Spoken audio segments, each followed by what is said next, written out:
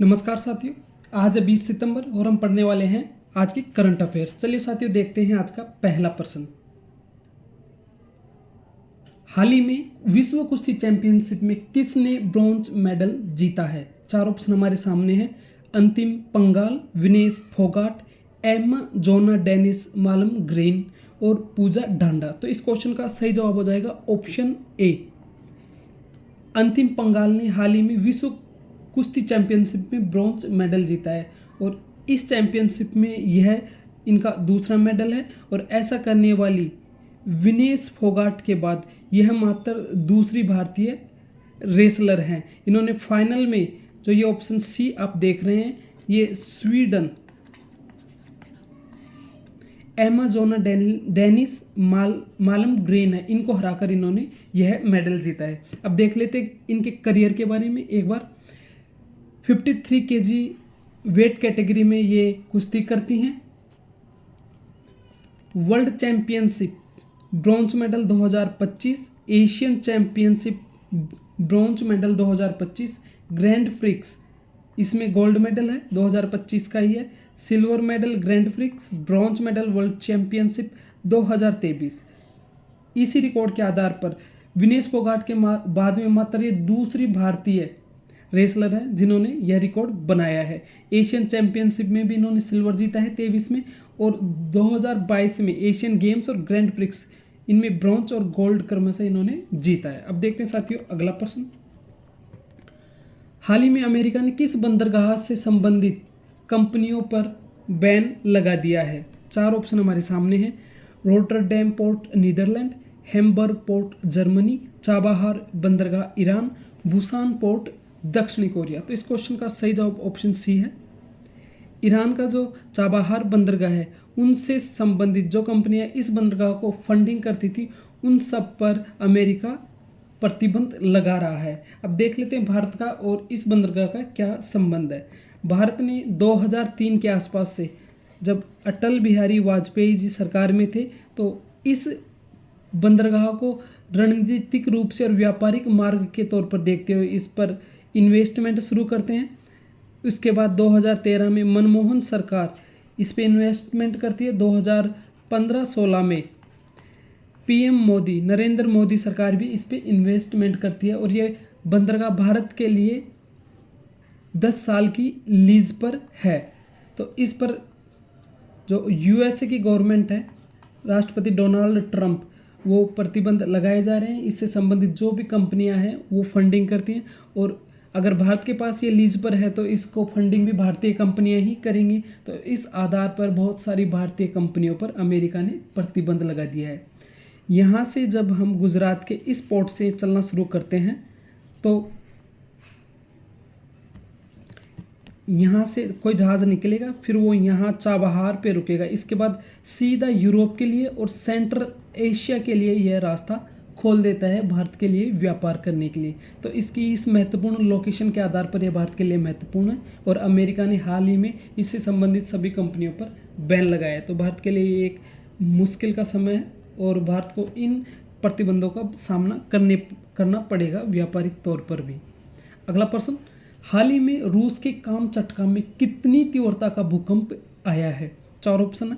4.8%, 5.8, 6.8 और 7.8। तो इसका सही जवाब हो जाएगा ऑप्शन डी, 7.8 तीव्रता का रिक्टर स्केल पर यह भूकंप कामचटका में आया है। बीते कुछ महीनों में यहाँ पे लगातार भूकंप आ रहे हैं। इसके अलावा देख लेते हैं हाल ही के रिकॉर्ड जो पूरी दुनिया के अंदर भूकंप को लेकर। पिछले 6 महीने में 1 लाख से ज़्यादा भूकंप आए हैं। मार्च और सितंबर का रिकॉर्ड यहाँ पर है। कुल भूकंप 1,10,000 हैं। छोटे झटके ज़्यादातर महसूस न होने वाले 1,10,000, बहुत बड़ी संख्या साथियों। 5.0 से ऊपर 1374 वानुअतु क्षेत्र, 6.4 तीव्रता सितंबर महीने में रही है इनकी, और 6.0 से ऊपर 129 है न्यू कैलेडोनिया, अफगानिस्तान आदि। 7.0 से ऊपर 19 आए हैं अभी तक, जिनमें म्यांमार है। 7.7 तीव्रता के साथ मार्च महीने में कामचटका रूस का जो क्षेत्र है उसमें 8.8 तीव्रता का जुलाई महीने में यह भूकंप आया है जो काफ़ी ज़्यादा है। अब साथियों देखते हैं अगला प्रश्न। हाल ही में संयुक्त राष्ट्र संघ में चीन और पाकिस्तान के किस संगठन पर बैन को वीटो किया है? 4 ऑप्शन हमारे सामने है। लश्कर ए तैयबा, बलूच लिबरेशन आर्मी, जमात उद दावा और अलकायदा।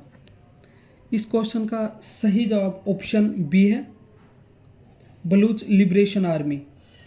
ये पाकिस्तान में एक संघर्ष करता हुआ संगठन है जो पाकिस्तान के खिलाफ, पाकिस्तानी आर्मी के खिलाफ जो संघर्ष बलूच लोगों पर होते हैं उनके खिलाफ ये वहाँ पे संघर्ष करता है। और इसी के ऊपर पाकिस्तान और चीन ने मिलकर एक प्रस्ताव पेश किया था संयुक्त राष्ट्र संघ में इस संगठन पर बैन लगाने के लिए, लेकिन अमेरिका ने, यूएसए ने इस प्रस्ताव को वीटो कर दिया, यानी कि बलूच लिबरेशन आर्मी को आतंकी संगठन घोषित होने से बचा लिया। और कुछ ही महीने पहले, कुछ महीने क्या पिछले महीने में ही, कुछ वीकों में ही संयुक्त राष्ट्र अमेरिका ने खुद से इस संगठन को एक आतंकी संगठन घोषित किया था।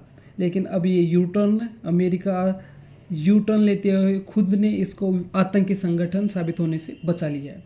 यहाँ पे लश्कर ए तैयबा, जमात उद दावा, अलकायदा, ये सारे पाकिस्तान के आतंकी संगठन हैं। अगला प्रश्न, हाल ही में विश्व की नंबर 1 शूटर कौन बनी है? हमारे सामने 4 ऑप्शन है। अनु भाकर, अपूर्वी चंदेला, सुरुचि फोगाट, राही सरनोबत। तो इस क्वेश्चन का सही जवाब हो जाएगा सुरुचि फोगाट। इनके फादर एक्स आर्मी मैन है।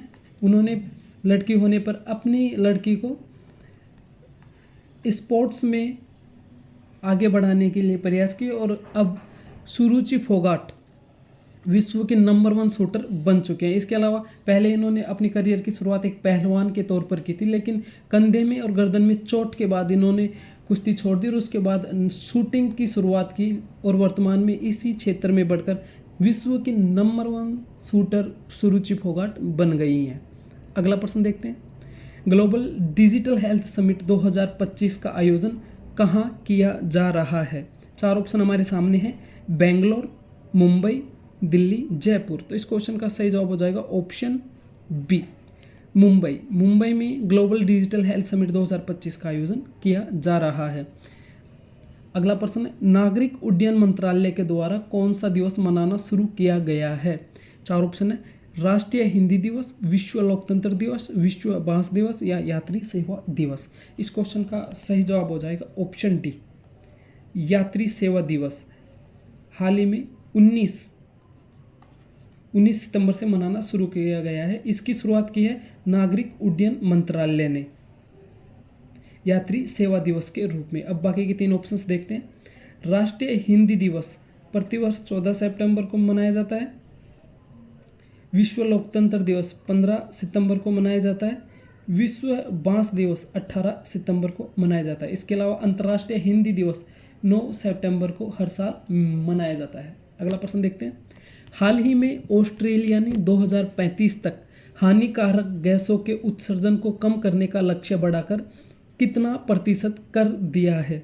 4 ऑप्शन है। 45, 50, 55 और 62%। तो इस क्वेश्चन का सही जवाब भी ऑप्शन डी है।